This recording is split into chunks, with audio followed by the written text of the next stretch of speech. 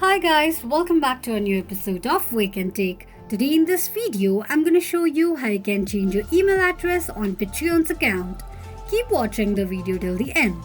To change your email address on Patreon, firstly go ahead and launch open any web browser of your preference. On the search box at the top, type in patreon.com and make a search. Log into your Patreon's account using your login credentials and the homepage of Patreon's account will appear on the screen. Click on three lines at the top left corner of the page. From the displayed options, click on Settings.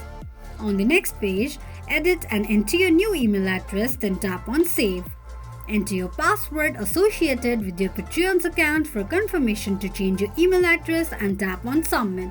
This is how you can change your email address on Patreon's account quickly and easily just in few steps. If you have any thoughts or queries, let us know in the comment section.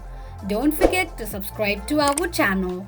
Also press the notification bell icon so that YouTube will notify you whenever we post a new video.